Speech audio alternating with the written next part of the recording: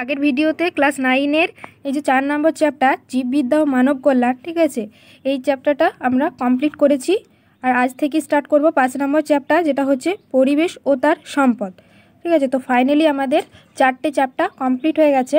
1 নম্বর হচ্ছে জীবন ও তার বৈচিত্র্য, 2 হচ্ছে জীবন সংগঠন স্তর, 3 নম্বর চ্যাপ্টার হচ্ছে জৈবনিক প্রক্রিয়া, আর 4 নম্বর হচ্ছে জীববিদ্যা মানব কল্যাণ। ঠিক আছে, 4টা চ্যাপ্টার কমপ্লিট হয়েছে। এরপর যে 5 নম্বর চ্যাপ্টার চলো দেখে নিই, পরিবেশ ও তার সম্পদ। এটা থেকে আমরা আজ থেকে শুরু করব। 5 নম্বর চ্যাপ্টার পরিবেশ ও তার সম্পদ, ঠিক আছে, এনভায়রনমেন্ট অ্যান্ড ইটস রিসোর্স। তো এখানে দুটো পার্ট আছে, ঠিক আছে, মানে দুটো টপিক আছে। একটা হচ্ছে বাস্তুবিদ্যা ও বাস্তুবিদ্যার সংগঠন। তো এই বাস্তুবিদ্যা সংগঠন থেকে কি আছে দেখো, যেমন একক জীব স্তর, তা থেকে পপুলেশন, ঠিক আছে, তা থেকে আবার কমিউনিটি স্তর, তা থেকে বাস্তুতান্ত্রিক স্তর। এটা হচ্ছে বাস্তুবিদ্যার স্তরসমূহ। ঠিক আছে, এই যে যেমন এখানে দেওয়াই আছে হেডিংয়ে বাস্তুবিদ্যার সংগঠন। তো এখানে ডিটেলসে দেওয়া আছে প্রত্যেকটা, যেমন একক জীব স্তর, এই যে একক জীব স্তর, ঠিক আছে, এটা সম্পর্কে দেওয়া আছে। তারপর পপুলেশন স্তর, কমিউনিটি স্তর আর বাস্তুতান্ত্রিক স্তর। ঠিক আছে, এই যে পরের পেজে রয়েছে 2 নম্বর পয়েন্টে রয়েছে পপুলেশন স্তর, 3 নম্বর পয়েন্টে রয়েছে কমিউনিটি স্তর, 4 নম্বর পয়েন্টে রয়েছে বাস্তুতান্ত্রিক স্তর। তো এই যে বাস্তুবিদ্যা ও বাস্তুবিদ্যার সংগঠনে, ঠিক আছে, এই গঠনে 4টে টপিক আমরা বলতে পারি 4টে পার্ট নিয়ে আলোচনা আছে। আর 2 নম্বর টপিক যেটা হচ্ছে এই 4টে পার্ট নিয়ে আলোচনা আছে। ঠিক আছে, এই 4টে পার্ট সম্পর্কে আলোচনা আছে। এরপর 2 নম্বর টপিকে আছে কি, 2 নম্বর টপিকে আছে প্রাকৃতিক সম্পদ ও তার স্থিতিশীল ব্যবহার। ঠিক আছে, তো এখানে কি যেমন আছে, যেমন বিভিন্ন প্রাকৃতিক সম্পদ আছে, ঠিক আছে, প্রাকৃতিক সম্পদের ব্যবহার, তারপর প্রকারভেদ, ঠিক আছে, কারণ, তারপর ফলাফল, এগুলোই আছে। তো বিভিন্ন প্রাকৃতিক সম্পদ কি যেমন দেখো রয়েছে পরের পেজে, যেমন 1 নম্বর পয়েন্টে রয়েছে প্রাকৃতিক সম্পদ বন। ঠিক আছে, তো এদের ব্যবহার, তারপর যে কারণ, ঠিক আছে, তারপর ফলাফল। তারপর 2 নম্বর পয়েন্ট রয়েছে প্রাকৃতিক সম্পদ জল, সে একই রকমভাবে এদের ব্যবহার। ঠিক আছে, তারপর যে জলের অতি ব্যবহার বা সংকট। ঠিক আছে, তারপর যেমন বৃষ্টি জল সংরক্ষণ। তো এই যে এখানে বৃষ্টি জল সংরক্ষণের পদ্ধতি রয়েছে এবং বৃষ্টি জল সংরক্ষণের সুবিধা অসুবিধা এগুলো রয়েছে। তারপর যেমন রয়েছে 3 নম্বর পয়েন্টে প্রাকৃতিক সম্পদ খাদ্য। ঠিক আছে, এর যে খাদ্যের যেমন বিভিন্ন উৎস রয়েছে। তারপর বিশ্ব খাদ্য সংকট রয়েছে। তারপর যেমন খাদ্য সংকটের ফল, ঠিক আছে, এগুলো রয়েছে। তারপর 4 নম্বর পয়েন্টে কি রয়েছে, প্রাকৃতিক সম্পদ শক্তি। ঠিক আছে, যেমন শক্তির উৎস রয়েছে, তারপর শক্তির ব্যবহার, ক্রমবর্ধমান শক্তি চাহিদা, তারপর রয়েছে শক্তির অপচয়, প্রত্যায়িক জীবনের শক্তির সংরক্ষণ। তো এই 4টি মেন টপিক প্রাকৃতিক সম্পদ নিয়ে আলোচনা করা আছে। ঠিক আছে, তো এই যে প্রাকৃতিক সম্পদ ও তার স্থিতিশীল ব্যবহার, তো এইগুলো পরের ভিডিওতে আমরা আলোচনা করব। আজকে বাস্তুবিদ্যা এবং বাস্তুবিদ্যার সংগঠনের স্তর থেকে আলোচনা করব। তো চলো এই যে 1 নম্বর টপিক বাস্তুবিদ্যা ও বাস্তুবিদ্যার সংগঠন, ঠিক আছে, এখান থেকে আজকে আলোচনা করব।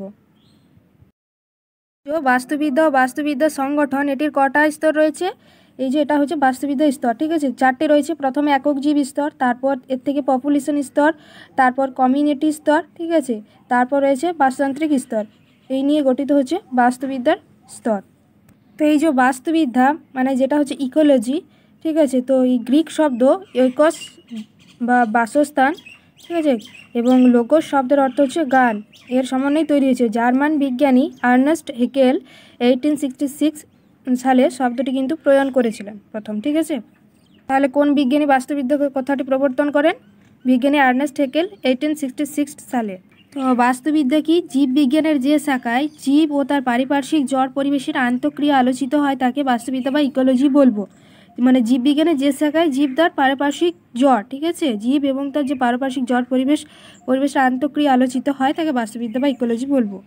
তো কি বলেছে, প্রকৃতিতে নানা রকম জীব একসাথে মিলে অবস্থান করে, কিন্তু বাস্তুবিদ্যায় তাদের নানা স্তরে আলাদা করে আলোচনা করা হয়। একটি জীব সম্বন্ধে একক জীব স্তরে আলোচনা করা হয়। এই যে একটি জীব সম্বন্ধে একক জীব স্তরে আলোচনা করছে।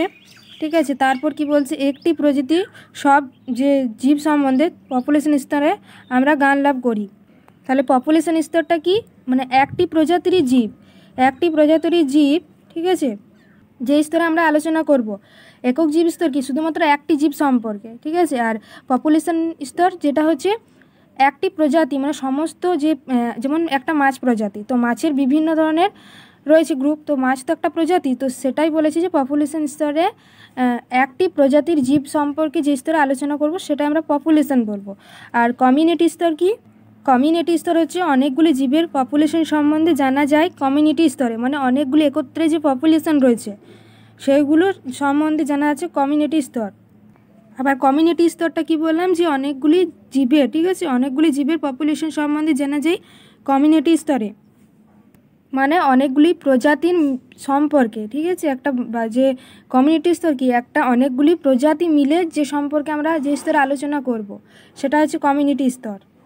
এরপর রয়েছে বাস্তুতান্ত্রিক স্তর। বাস্তুতান্ত্রিক স্তর কি না, এই পর্যায়ক্রমের শেষ স্তর হলো বাস্তুতান্ত্রিক স্তর। এতে কমিউনিটি ও জড় পরিবেশের আন্তঃক্রিয়া সম্বন্ধে আলোচনা করা হয়, ঠিক আছে। এই সম্বন্ধে বিস্তারিত আমরা জানবো।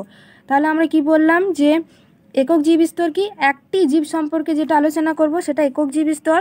পপুলেশন কি না, শুধুমাত্র একটা প্রজাতির যে জীব নিয়ে আলোচনা করব যে স্তরে, সেটা হচ্ছে পপুলেশন স্তর। আর কমিউনিটি স্তর কি, অনেকগুলি প্রজাতি নিয়ে যে জীব স্তরে আলোচনা করব, মানে একাধিক প্রজাতি, ঠিক আছে, একাধিক বা অনেকগুলি প্রজাতি মিলে যে স্তর সম্পর্কে আলোচনা করব সেটা হচ্ছে কমিউনিটি। আর বাস্তুতান্ত্রিক স্তর কি, বাস্তুতান্ত্রিক স্তর হচ্ছে অনেকগুলি কমিউনিটি এবং তার সাথে সাথে যে জড় রয়েছে, পরিবেশের যে যে সকল জড় বস্তু এবং বলতে পারি জীব বস্তু মিলে যে স্তর আলোচনা করা হবে সেটা হচ্ছে বাস্তুতান্ত্রিক স্তর। মানে বাস্তুতান্ত্রিক স্তরে হচ্ছে কমিউনিটি এবং জড় পরিবেশের যে আন্তঃক্রিয়া সম্পর্ক, ঠিক আছে। তো এটাই হচ্ছে বাস্তুবিদ্যার স্তর।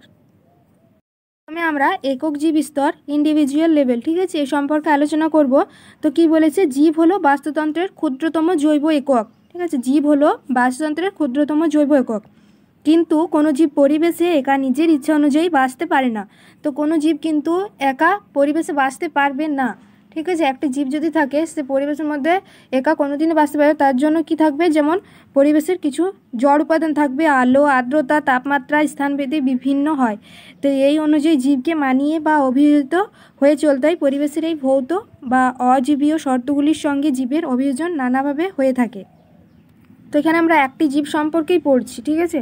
একটি জীব বিভিন্ন জড় উপাদান নিয়েই বেঁচে থাকবে, ঠিক আছে। একটি জীব শুধুমাত্র একাই যে পরিবেশের মধ্যে থাকবে সেটা নয়, তার সাথে যে সকল জড়জ উপাদান রয়েছে, আলো, আর্দ্রতা, তাপমাত্রা, এইগুলো নিয়ে কিন্তু একটা জীব বেঁচে থাকবে, নাহলে কি করে থাকবে, যে জীব বস্তু রয়েছে, ঠিক আছে, সেটাই বলছে। তো আমরা দেখলাম যে একটা জীব বিভিন্ন জড় উপাদান নিয়ে বাঁচছে, যেমন আলো, আর্দ্রতা, তাপমাত্রা, ঠিক আছে। তো সেই অনুযায়ী আমরা পয়েন্টগুলো দেখে নেব। যেমন আলো কি, আলো হলো শক্তির প্রধান উৎস। আলোর প্রভাবে জীবের নানা ধরনের অভিযোজন দেখা যায়, যেমন উদ্ভিদের অভিযোজন, আলো ছাড়া উদ্ভিদ বাঁচবে না। আলোর সাহায্যে সালোক সংশ্লেষ, পত্ররন্ধ্রের চলন, বাষ্পমোচন ঘটে থাকে। তবে আলোর তীব্রতা পৃথিবীর বিভিন্ন স্থানে বিভিন্ন হয়ে থাকে। সেই পরিবেশ অনুযায়ী উদ্ভিদ মানিয়ে চলে, যথা যে সমস্ত উদ্ভিদ উজ্জ্বল আলোক অংশে জন্মায়, ঠিক আছে, মানে যে সমস্ত উদ্ভিদ উজ্জ্বল আলোকিত অংশে জন্মায় ও বৃদ্ধি পায় তাদেরকে আমরা হ্যালিওফাইট বা আমরা বলতে পারি সান প্ল্যান্ট। এই যে এখানে হেলিওফাইটের ছবি।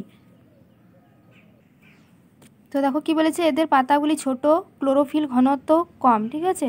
পক্ষান্তরে যেসব উদ্ভিদ ছায়াচ্ছন্নে মানে ছায়াস্থানে জন্মায়, ছায়াচ্ছন্ন স্থানে এবং ও বৃদ্ধি পায় তাদের আমরা বলবো সিওফাইট বা সেড প্ল্যান্ট, ঠিক আছে, তাদেরকে আমরা সিওফাইট বা সেড প্ল্যান্ট বলবো। তাহলে হেলিওফাইট উদ্ভিদ কোনগুলো, যেগুলো সূর্যের আলোতে জন্মাচ্ছে, ঠিক আছে, আলোকিত অংশে। আর সিওফাইট কি, যেগুলো ছায়াচ্ছন্ন।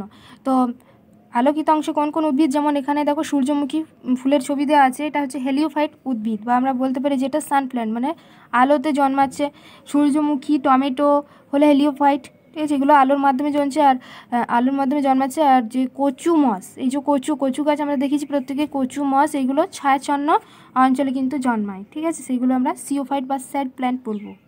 তারপর 2 নম্বর পয়েন্ট কি, দৈনিক কতক্ষণ আলো থাকে তার উপর নির্ভর করে উদ্ভিদের জৈবনিক পদ্ধতিগুলি, ঠিক আছে, অভিযোজিত। এই ঘটনাকে আলোক পর্যায়বৃত্তি বলবো। আলোক পর্যায়বৃত্তির উপর নির্ভর করে 2 প্রকার দেখা যায়, যেটা হচ্ছে হস্রদ্বিভা উদ্ভিদ ও দীর্ঘদ্বিভা উদ্ভিদ। হস্রদ্বিভা উদ্ভিদ যেমন হচ্ছে ধুতরা, কসমস, এগুলো হচ্ছে হস্রদ্বিভা উদ্ভিদ। যেমন এই ক্ষেত্রে কি, দিনে একটা নির্দিষ্ট সময়কালে কম আলো থাকলে তবেই ফুল ফুটবে।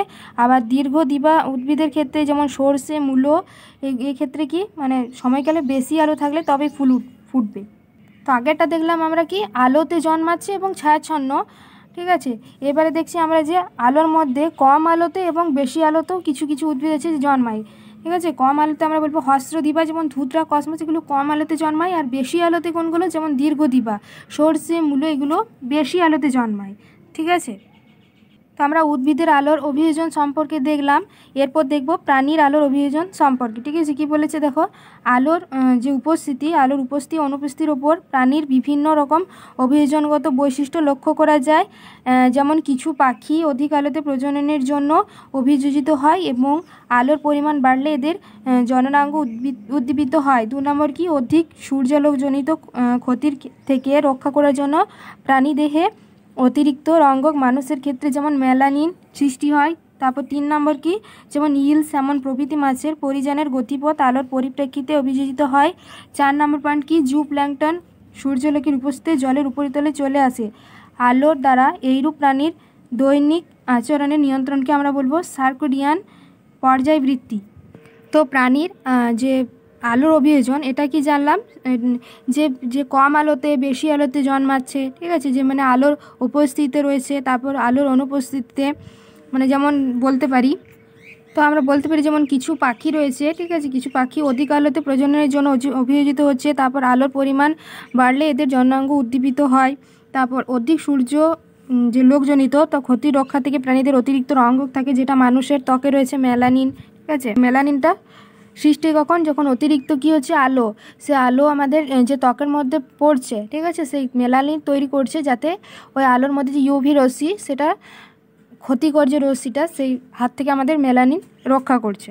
তারপর 3 নম্বর পয়েন্ট, যেমন ইল, স্যামন প্রভৃতি মাছের পরিযানের গতিপথ আলো পরিপ্রেক্ষিতে অভিযোজিত হয়।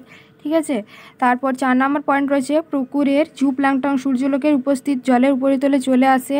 তারপর আলো দ্বারা এরূপ প্রাণীর দৈনিক আচরণকে আমরা এটাই বলছি যে সার্কেডিয়ান পর্যায়বৃত্তি। এই সকল যে ঘটছে, যে বেশি আলোতে বিভিন্ন ধরনের আমাদের যে পাখির দেখলাম, যে পাখির ক্ষেত্রে অধিক আলোতে বলতে পারি প্রজননের জন্য অভিযোজিত হচ্ছে, আলোর পরিমাণ বাড়লে সেটা জননাঙ্গ উদ্দীপিত হচ্ছে, সূর্যলোকজনিত ক্ষতির থেকে যে ইউভি রশ্মি রয়েছে, ঠিক আছে, সে ক্ষতির হাত থেকে আমাদের যে ত্বকে মেলানিন রয়েছে সেটা সাহায্য করছে।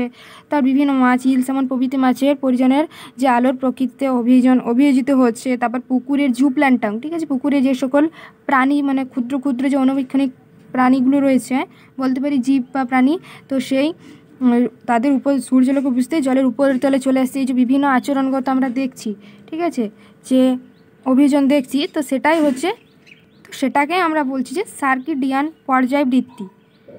রয়েছে আর্দ্রতা। তো আর্দ্রতা হলো বায়ুতে উপস্থিত জলীয় বাষ্পের মাত্রা, এর ওপর নির্ভর করে যে উদ্ভিদ প্রাণীর নির্দিষ্ট অভিযোজন দেখা যায়। ঠিক আছে। উদ্ভিদের আর্দ্রতা অভিযোজন রয়েছে। আর 2 নম্বর পয়েন্টে প্রাণীর আর্দ্রতা অভিযোজন। তো দেখবো 1 নম্বর পয়েন্টে কি বলেছে। তো উদ্ভিদের আর্দ্রতা অভিযোজন, যেমন আর্দ্রতার পরিমাণের উপর নির্ভর করে উদ্ভিদের বিভিন্ন ধরনের অভিযোজন দেখা যায়। যেমন মরুভূমি অঞ্চলের স্বল্প আর্দ্রতা দেখা যায়। ঠিক আছে। মরু অঞ্চলের শুষ্ক উষ্ণ পরিবেশে অভিযোজিত উদ্ভিদকে আমরা বলবো জঙ্গল উদ্ভিদ, বা এটাকে আমরা জেরোফাইট বলবো, যেমন হচ্ছে ফণিমনসা। তো এদের পাতা কাটায় পরিণত হয় ও মূলতন্ত্র সুগঠিত হয়। তারপর কাণ্ড সবুজ রসালো অঙ্গ পর্ণকাণ্ডে অভিযোজিত হয়, যা জল সঞ্চয় করে। তারপর 2 নম্বর পয়েন্টে রয়েছে শীতকালে বায়ুর আর্দ্রতা কম থাকলে অনেক উদ্ভিদ পাতা ঝরিয়ে জলত্যাগ রোধ করে। ঠিক আছে। এদের পর্ণমোচী বা আমরা বলতে পারি ডেসিডুয়াস উদ্ভিদ বলবো। তারপর 3 নম্বর কি, আর্দ্র অঞ্চলের উদ্ভিদগুলি পাতা সরু হয় ও পর্বমধ্য দীর্ঘ হয়। 4 নম্বর কি, আর্দ্রতা বেশি থাকলে তা বন সৃষ্টিতে সাহায্য করে, যেমন হচ্ছে ব্রাজিলের বনভূমি। এরপর দেখব প্রাণীর আর্দ্রতা অভিযোজন। তো প্রাণীর আর্দ্রতা অভিযোজন যেমন মরু ও মেরু অঞ্চলে স্বল্প আর্দ্রতায় দেখা যায়। ঠিক আছে। যেমন এর ওপর নির্ভর করে বিভিন্ন প্রাণী বিভিন্ন রকম অভিযোজন দেখায়। যেমন 1 নম্বর পয়েন্ট, কিছু কিছু মরুভূমি প্রাণীরা বায়ুমণ্ডল থেকে জলীয় বাষ্প শোষণ করে জলের চাহিদা মেটায় ও বেঁচে থাকে, যেমন হচ্ছে মোলক হরিডাস নামক অস্ট্রেলিয়ার মরু গিরগিটি। তো কী বললাম, মোলক হরিডাস নামক অস্ট্রেলিয়ার মরু গিরগিটি। ঠিক আছে। এক্ষেত্রে ত্বক ব্লটিং পেপারের মতো বায়ু থেকে জলীয় বাষ্প শোষণ করে। 2 নম্বর পয়েন্ট কি, মরু অঞ্চলের ক্যাঙ্গারু র্যাট খাদ্যর বিভিন্ন ধরনের বিপাকে উৎপন্ন জল ব্যবহার করে বেঁচে থাকে। এদের মূত্র শুষ্ক স্ফটিকের মতো হয়। অনেক মরু প্রাণীর পায়ের নিচে পুরু প্যাড থাকে, যা যথা হচ্ছে উট, যা তাদের গরম বালিতে হাঁটতে সাহায্য করে। 3 নম্বর পয়েন্ট কি, সাধারণত অধিক আর্দ্র স্থানে অভিযোজিত জীবগুলি আত্মরক্ষার জন্য ক্ষিপ্র দৃষ্টি বা শ্রবণ ক্ষমতা সৃষ্টি করে।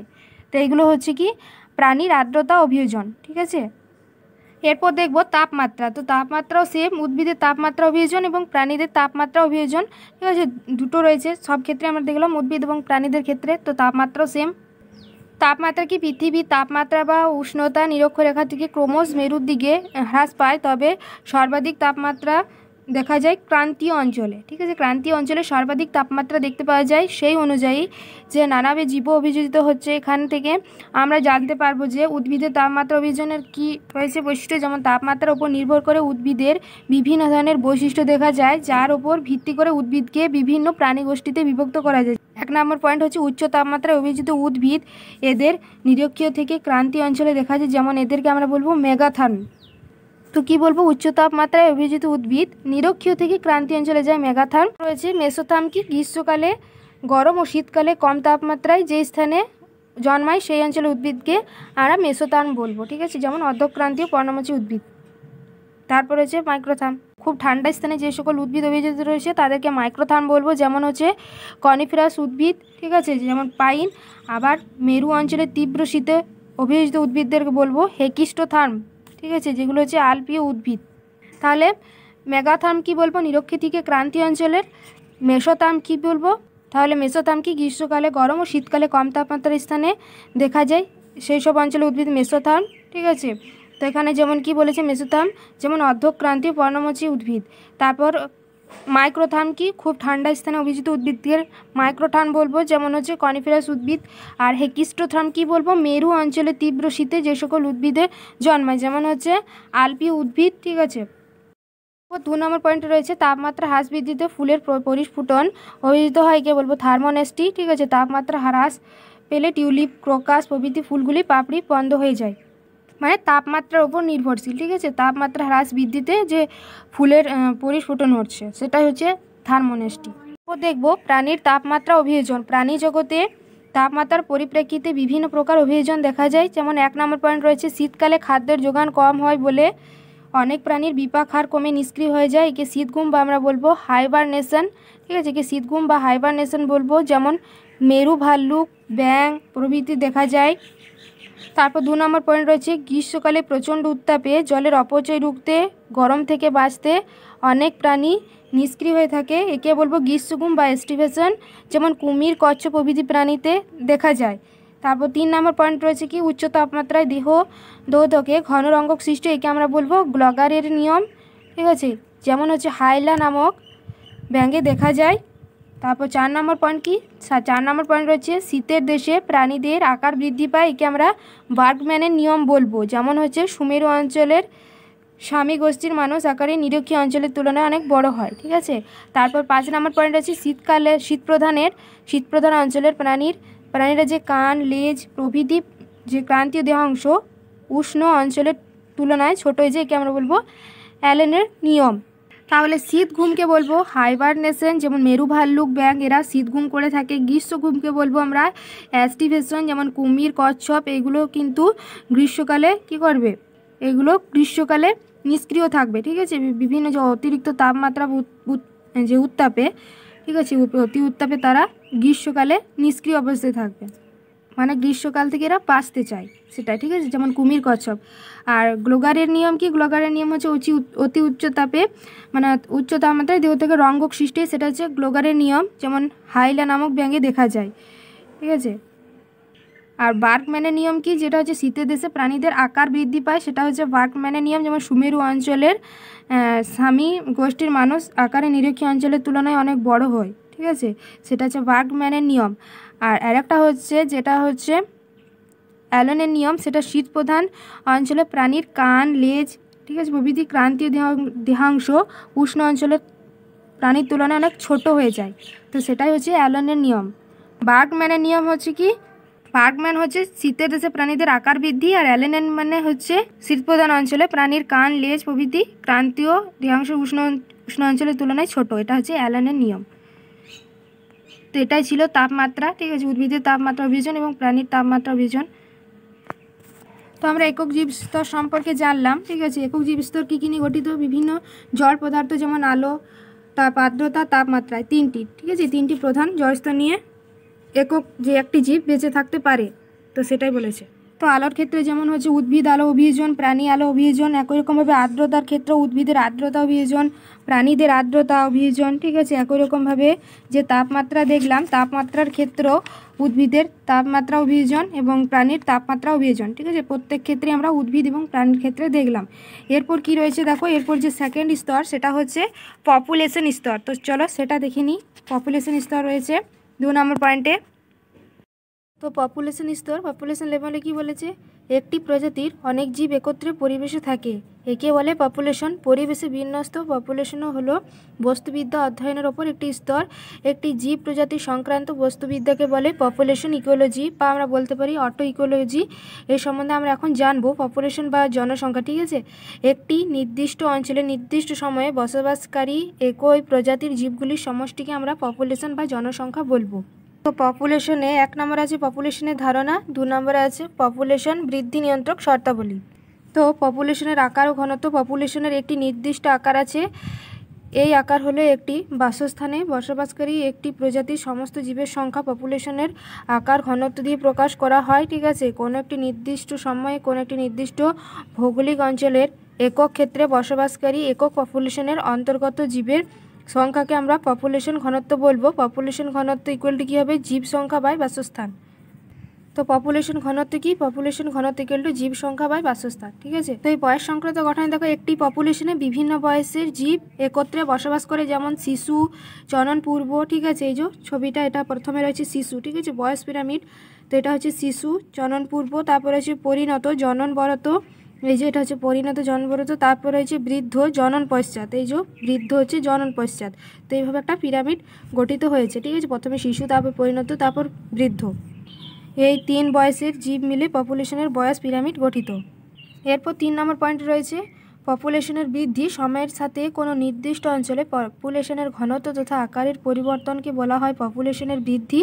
কোনো লেখচিত্রের এক্স অক্ষের সময়ের পরিবর্তন ও ওয়াই অক্ষের পপুলেশনের ঘনত্ব পরিবর্তন উপস্থাপন করলে যে বক্র রেখা পাওয়া যায় তা পপুলেশনটির বৃদ্ধি রূপ সূচিত করে, ঠিক আছে। তো এটা হচ্ছে এক্স অক্ষ সময় পরিবর্তন আর ওয়াই অক্ষ হচ্ছে পপুলেশনের ঘনত্ব, ঠিক আছে। এই যে প্রত্যেকটা, এটা হচ্ছে এক্স অক্ষ সময় আর উপরেরটা ওয়াই অক্ষ হচ্ছে ঘনত্ব। তো পপুলেশনের বৃদ্ধি ধরনকে দুইভাবে সূচিত করা হয়, যেটা হচ্ছে সিগময়েড বক্ররেখা, বা আমরা বলতে পারি এস আকৃতির লেখচিত্র। এই ক্ষেত্রে প্রথম পপুলেশনের বৃদ্ধি কম, মাঝে দ্রুত ও পরে মন্দীভূত হয়। এটা হচ্ছে এস আকৃতির, ঠিক আছে। প্রথমে কী হচ্ছে, প্রথমে পপুলেশন বৃদ্ধি কম, ঠিক আছে, তারপর মাঝে দ্রুত ও পরে মন্দীভূত হচ্ছে। প্রথমে কম হচ্ছে, তারপর মাঝে দ্রুত বৃদ্ধি হচ্ছে, তারপর আবার কম হচ্ছে, ঠিক আছে। যেমন মানুষের পপুলেশনের ক্ষেত্রে এই আকার বৃদ্ধি দেখা যায়। তারপর বি কি বলেছে, যে আকৃতির লেখচিত্র। প্রথমে আমরা দেখলাম সিগময়েড বা এস আকৃতির লেখচিত্র, তারপর হচ্ছে যে আকৃতির লেখচিত্র। এই ক্ষেত্রে পপুলেশনের বৃদ্ধি প্রথমে ধীরে, তারপর মাঝে অত্যন্ত দ্রুত, শেষে পপুলেশনের বিনাশ ঘটে। যেমন পিঁপড়ের পপুলেশনের এই আকার এই প্রকার বৃদ্ধি দেখা যায়, বর্ষাকালে হঠাৎ তা বেড়ে পরে প্রায় নিশ্চিত হয়ে যায়। তো এই যে এটা হচ্ছে যে আকৃতির লেখচিত্র, ঠিক আছে। দেখো প্রথমে পপুলেশনের বৃদ্ধি কি হচ্ছে, ধীরে ধীরে, ঠিক আছে, ধীরে ধীরে, তারপর মাঝে অত্যন্ত দ্রুত, তারপর আস্তে আস্তে বিনাশ হচ্ছে, ঠিক আছে। এইভাবে আস্তে আস্তে বিনাশ হচ্ছে। তাহলে কি দেখছি, এটা যে আকৃতির। এরপর 4 নম্বর পয়েন্টে রয়েছে লিঙ্গ অনুপাত। কোনো নির্দিষ্ট পপুলেশনে পুরুষ ও স্ত্রী জীবের একটি নির্দিষ্ট অনুপাত থাকে, এর ফলে পপুলেশনের ভারসাম্য বজায় থাকে। এটা হচ্ছে লিঙ্গ অনুপাত। এরপর রয়েছে পপুলেশনের বৃদ্ধি নিয়ন্ত্রক শর্তাবলী, ঠিক আছে, ফ্যাক্টর অফ পপুলেশন গ্রোথ। তো কি বলেছে, পপুলেশনের অন্যতম বৈশিষ্ট্য হলো পপুলেশন বৃদ্ধি, অর্থাৎ কোনো প্রজাতির পপুলেশনের আকার সময়ের সঙ্গে বাড়ে বা কমে। পপুলেশনের বৃদ্ধি কয়েকটি শর্তের ওপর নির্ভর করে, যেমন হচ্ছে 1 নম্বর পয়েন্ট হচ্ছে জন্মহার, 2 নম্বর পয়েন্ট হচ্ছে মৃত্যুহার, ঠিক আছে, 3 নম্বর পয়েন্টে আছে পরিযান। তো প্রথমে দেখো জন্মহার কি, জন্মহার হচ্ছে 2 প্রকার, একটা হচ্ছে সর্বোচ্চ জন্মহার, 2 নম্বর হচ্ছে বস্তুগত জন্মহার বা প্রকৃত জন্মহার, ঠিক আছে। তো সর্বোচ্চ জন্মহার কি, তাত্ত্বিকগতভাবে একটি পপুলেশনে যে সর্বোচ্চ হারে নতুন জীবের জন্ম সম্ভব হতে পারে তাকে সর্বোচ্চ জন্মহার বলবো, ঠিক আছে। আদর্শ বাস্তু পরিবেশে কোনো পপুলেশন সর্বোচ্চ জন্মহার দেখা যেতে পারে।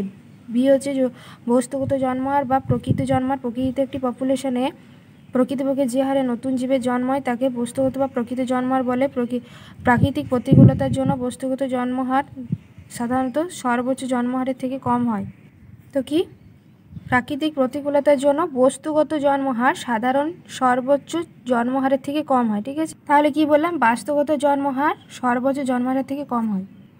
তারপর 2 নম্বর পয়েন্ট রয়েছে মৃত্যুহার কি, নির্দিষ্ট সময়কালে কোনো একটি পপুলেশন যে হারে জীবের মৃত্যু হয় তাকে মৃত্যুহার বলে। জন্মহার যেমন পপুলেশনের বৃদ্ধি ঘটে, ঠিক তার বিপরীত হচ্ছে মৃত্যুহার পপুলেশনের আকার সংকুচিত করে। ঠিক আছে, তো এইভাবে পপুলেশনের নির্দিষ্ট ভারসাম্য বোঝায় থাকে। জন্মহারের মতো মৃত্যুহারও 2 প্রকার হয়। তো মৃত্যুহার যেমন হচ্ছে সর্বনিম্ন মৃত্যুহার আর বস্তুগত মৃত্যুহার বা প্রকৃত মৃত্যুহার।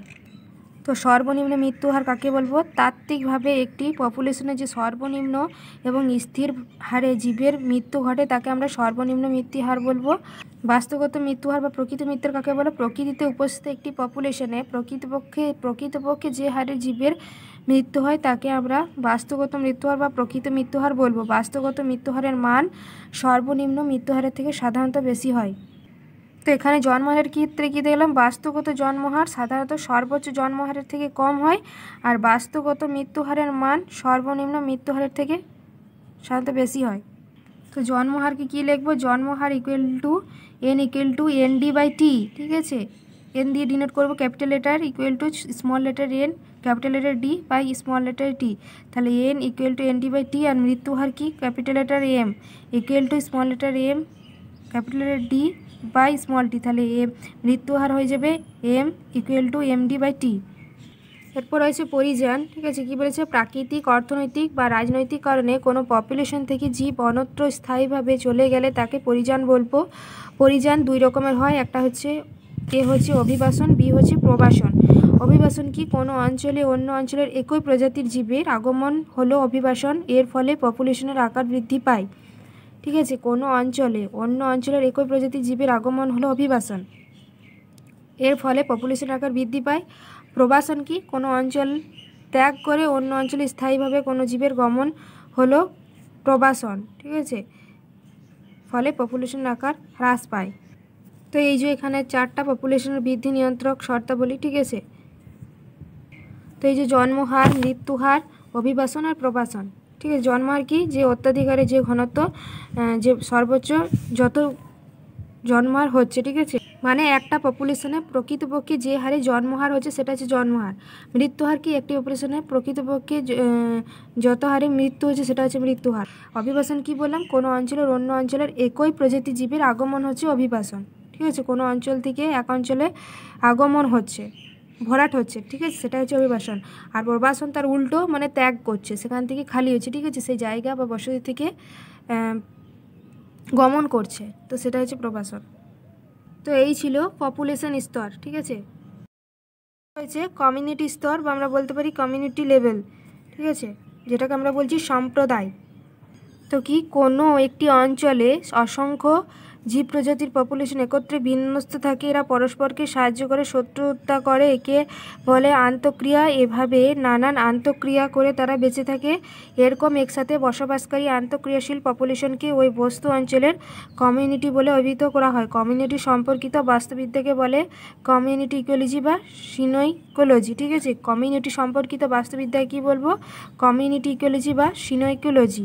তো দেখো, যেমন উদাহরণ হচ্ছে সুন্দরবন বাস্তু অঞ্চলে বাঘ, হরিণ, শুয়োর, কাঁকড়া, মানুষ, সুন্দরী, গর্জন প্রভৃতি প্রজাতি পপুলেশনগুলি একত্রে অবস্থান করে পারস্পরিক আন্তঃক্রিয়ার মাধ্যমে বেঁচে থাকে।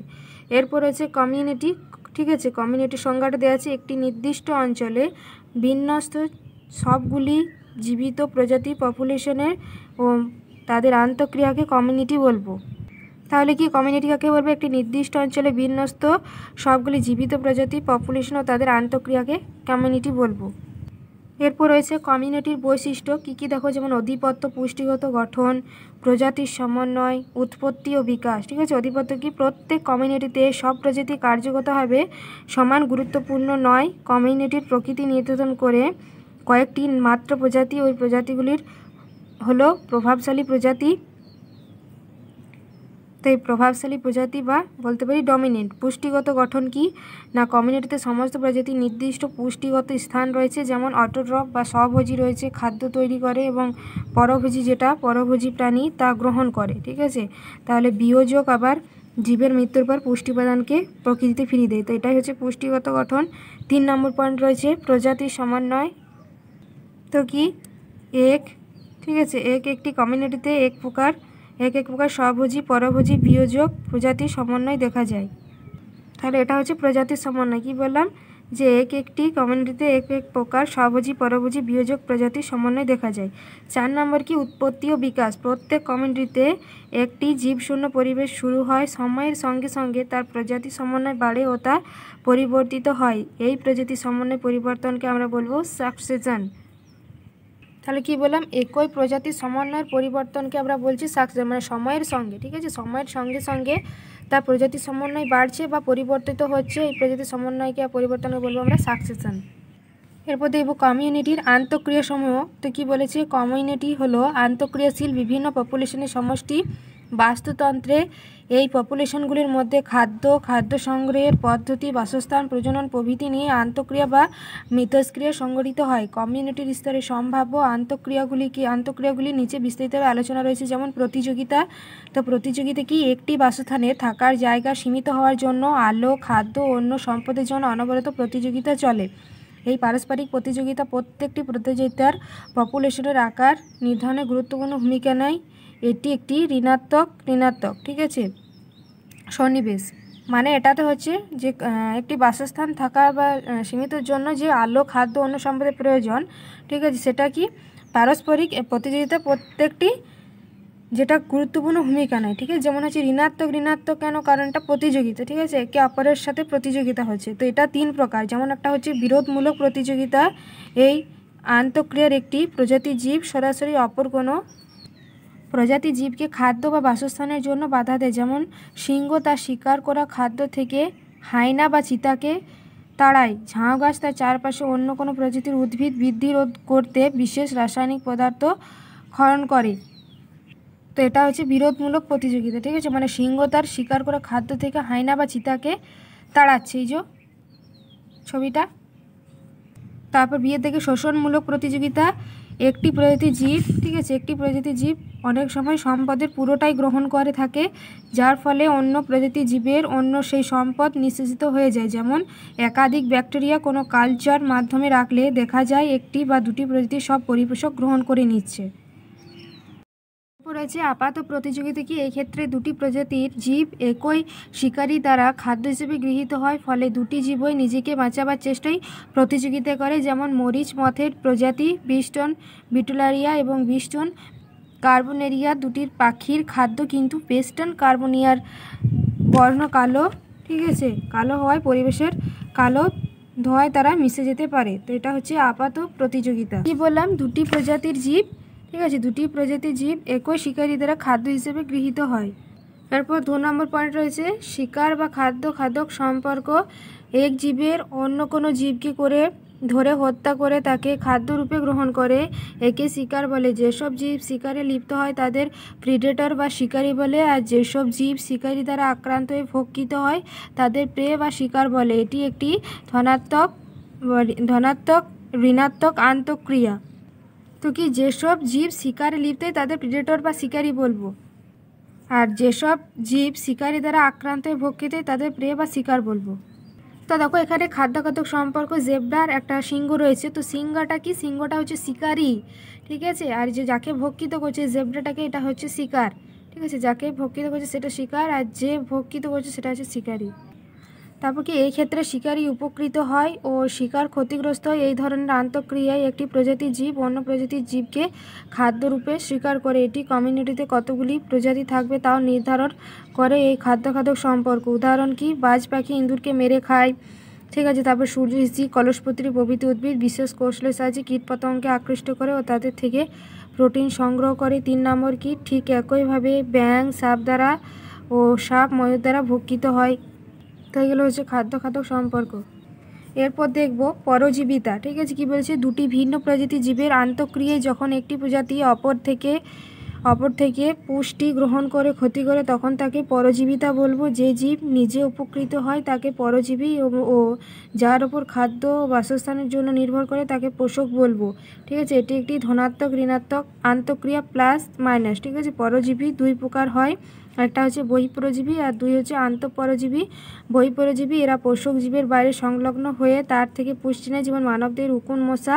আর বি হচ্ছে অন্তঃপরজীবী, এরা পোষক জীবের দেহের ভেতর বাস করে পুষ্টি গ্রহণ করে, যেমন হচ্ছে মানুষের রক্তকোষে বাসকারী ম্যালেরিয়া পরজীবী, প্লাজমোডিয়াম ক্ষুদ্রান্তে বসবাসকারী, গোলকৃমি, ফিতাকৃমি প্রভৃতি। তো এগুলো হচ্ছে আন্তঃপরজীবী।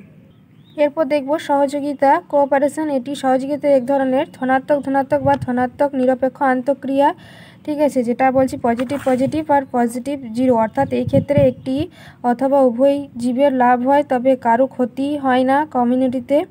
এই ধরনের আন্তঃক্রিয়া তিনভাবে হতে পারে। একটা হচ্ছে মিউচুয়ালিজম, ঠিক আছে। মিউচুয়ালিজম কি, যে এটি ধনাত্মক মানে পজিটিভ আন্তঃক্রিয়া, মানে কি দুটি জীব প্রজাতি এই ধরনের আন্তঃক্রিয়া লাভবান হয়। এই প্রকার আন্তঃক্রিয়া সাধারণত বাধ্যতামূলক, যেমন এক নম্বর হচ্ছে রাইজোবিয়াম ও শিম্বগ্রতীয় উদ্ভিদের যেমন মটর এই ধরনের সহাবস্থান দেখা যায়। তারপর রাইজোবিয়াম ব্যাকটেরিয়া এই উদ্ভিদগুলির মূলের অবর্ধে বসবাস করে, এরা পরিবেশ থেকে নাইট্রোজেন সংগ্রহ করে, ঠিক আছে। তারপর যৌন গঠন করে এবং তা উদ্ভিদকে দেয়। বিনিময়ে উদ্ভিদ গুটি গঠন করে ব্যাকটেরিয়াগুলিকে থাকতে দেয়, জৈব অ্যাসিড পুষ্টি উপাদান রূপে সরবরাহ করে। এর ফলে উভয় প্রজাতি লাভবান হয়। 2 নম্বর কি, ছত্রাক ও শৈবালের সমন্বয়ে গঠিত লাইকানো এইরূপ একটা উদাহরণ। ছত্রাক পরিবেশ থেকে জল ও খনিজ শোষণ করে তারপরে, এবং অপরটি যে শৈবাল খাদ্য তৈরি করে, উভয়েরই পরিবেশন সম্পূর্ণ করে, মানে একে অপরকে হেল্প করে। এরপর দেখব কমেন্সালিজম। এটা কি, এটা এক ধরনের ধনাত্মক নিরপেক্ষ আন্তঃক্রিয়া, মানে পজিটিভ আর জিরো, ঠিক আছে। মানে কি, যেটা হচ্ছে একটি পজিটিভ, একজন হেল্প করবে, অপরজন হেল্প করবেও না, আর হেল্প করবে না অথচ কোনো ক্ষতি করবে না, ঠিক আছে, সেটাই বলছে আন্তঃক্রিয়া। অর্থাৎ এই ক্ষেত্রে একটি জীব লাভবান হয় ও অন্যটির কোনো লাভ বা ক্ষতি হয় না। তো যে প্রজাতিটির এই আন্তঃক্রিয়া লাভ হয় তাকে কমেন্সাল বলে, ঠিক আছে। যেমন এটি অ্যাপিফাইট বা পরাশরী অর্কিড আশ্রয়দাতা উদ্ভিদের ক্ষতি করে না, কিন্তু নিজে বাসস্থান লাভ করে। প্রোটোকোঅপারেশন এক ধরনের ধনাত্মক আন্তঃক্রিয়া, ঠিক আছে, পজিটিভ। এই ক্ষেত্রে দুটি পপুলেশনই পারস্পরিক আন্তঃক্রিয়া লাভবান হয়, তবে এই আন্তঃক্রিয়া বাধ্যতামূলকও নয়। তো এটা দুটি একে অপরের মানে আন্তঃক্রিয়া লাভবান, ঠিক আছে, মানে এই আন্তঃক্রিয়া কি, এটা বাধ্যতামূলক নয়, ঠিক আছে। যেমন সি অ্যানিমন বা সাগর কুসুম নামক প্রাণী হারমিট কাঁকড়ার খোলকে বসবাস করে। সি অ্যানিমন কাঁকড়ার সাথে খাদ্য সন্ধানে নানা স্থানে,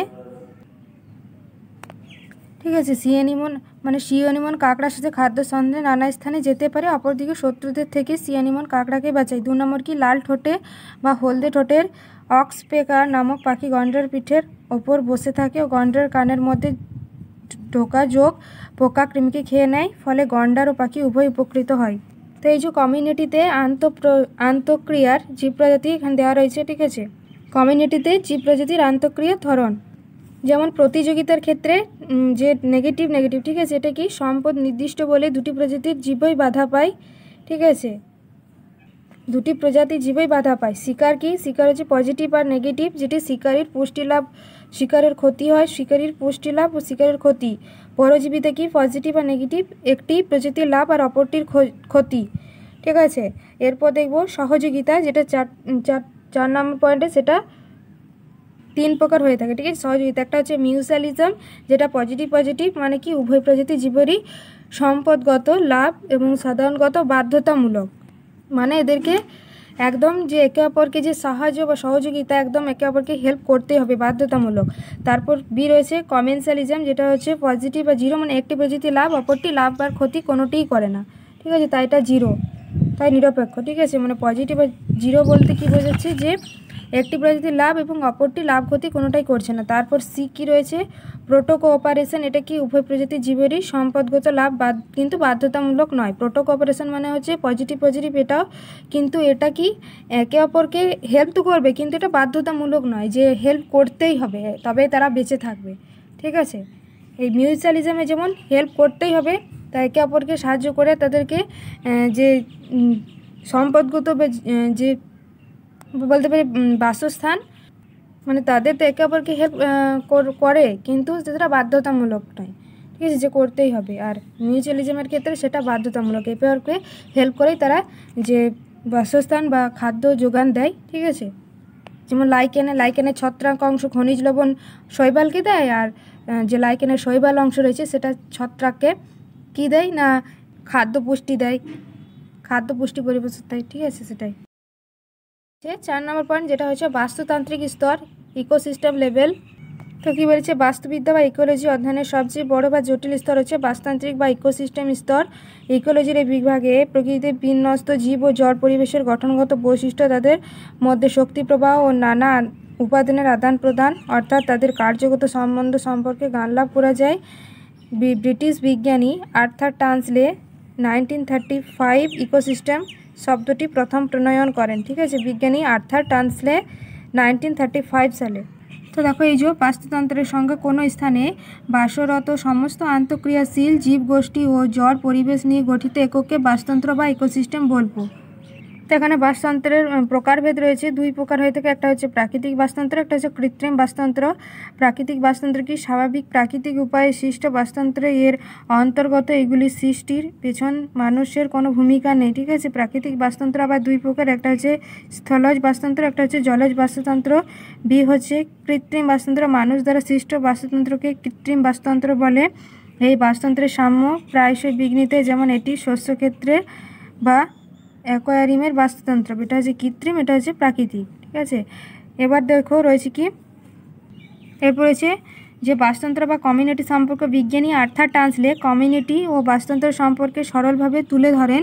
তিনি বলেন যে সজীব কমিউনিটি ও জড় ভৌত বসতি মিলে বাস্তুতন্ত্র গঠন করে, অর্থাৎ বাস্তুতন্ত্র ইকুয়াল টু কমিউনিটি প্লাস ভৌত বসতি। উল্লেখযোগ্য পরিবেশের অজীবীয় শর্তগুলি মিলে ভৌত বসতি তৈরি করে। এরপর আছে বাস্তুতন্ত্রের বৈশিষ্ট্য। বাস্তুতন্ত্রের সজীব ও অজৈব উপাদানগুলিকে একত্রে অবস্থান করে ও তাদের আন্তঃসম্পর্ক থাকে। বাস্তুতন্ত্রের শক্তি এবং জৈব রাসায়নিক পদার্থের আবর্তন একটি নির্দিষ্ট নিয়মে ঘটে। এগুলি যথাক্রমে বাস্তুতন্ত্রের গঠনগত বৈশিষ্ট্য ও বাস্তুতন্ত্রের কার্যগত বৈশিষ্ট্য হিসেবে ব্যাখ্যা করা যায়। নিচে এগুলির সম্বন্ধে পৃথক পৃথক শীর্ষে আলোচনা করা হলো। এরপর রয়েছে বাস্তুতন্ত্রের গঠনগত বৈশিষ্ট্য কি, কোনো বাস্তুতন্ত্রের অন্তর্গত জীবের গঠন, আচরণ, তাদের বিভিন্ন জৈবনিক প্রক্রিয়া, জীবনচক্র প্রভৃতি সেই বাস্তুতন্ত্রের কতগুলি শর্তের দ্বারা প্রত্যক্ষ পরোক্ষভাবে নিয়ন্ত্রিত হয়। এই শর্তগুলিকে পরিবেশীয় শর্ত বলে, যা বাস্তুতন্ত্রের গঠনগত বৈশিষ্ট্য নির্ধারণ করে। তো দেখো, এখানে বাস্তুতন্ত্রের শর্তাবলী রয়েছে অজীবীয় শর্তাবলী আর জীব শর্তাবলী। তো অজীবীয় শর্তাবলী আলো, তাপমাত্রা, জল, বায়ুমণ্ডল, ভূপ্রাকৃতিক গঠন। আর জীব শর্তাবলী হচ্ছে স্বভোজী আর পরভোজী। স্বভোজী হচ্ছে খাদ্যক, পরভোজী হচ্ছে বিয়োজক এবং রূপান্তরক।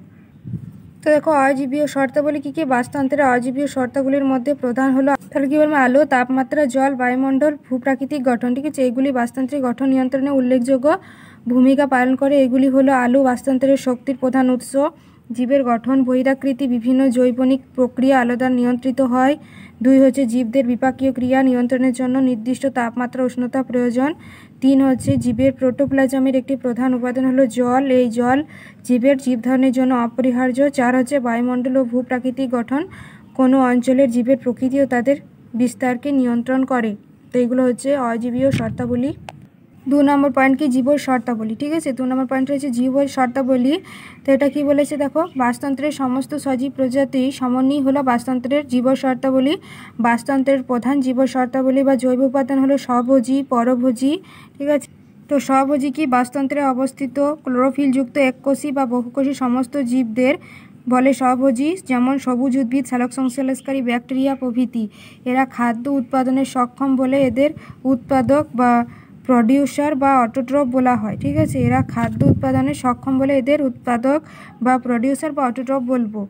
তো পরভোজী কি, বাস্তুতন্ত্রের অন্তর্গত যেসব জীব খাদ্য উৎপাদনে অক্ষম এবং খাদ্যের জন্য উৎপাদকের উপর নির্ভরশীল তাদের পরভোজী বলবো। স্বভোজী ছাড়া সমস্ত জীবই এর অন্তর্ভুক্ত, ঠিক আছে। পরভোজী মূলত 2 প্রকার হয়, যথা হচ্ছে খাদক, যেসব পরভোজী জীব উৎপাদক অথবা অন্য কোনো জীবকে খাদ্যরূপে গ্রহণ করে তাদের খাদক বলবো। খাদ্যের প্রকৃতি অনুযায়ী খাদক নানা প্রকার হয়ে থাকে। তো পরভোজী 2 প্রকারের হয়, খাদক আর বিয়োজক, ঠিক আছে। আবার খাদক কিন্তু নানা প্রকার হয়ে থাকে, যেমন হচ্ছে প্রাথমিক খাদক, তারপর হচ্ছে গৌণ খাদক, প্রগৌণ খাদক আর সর্বোচ্চ খাদক।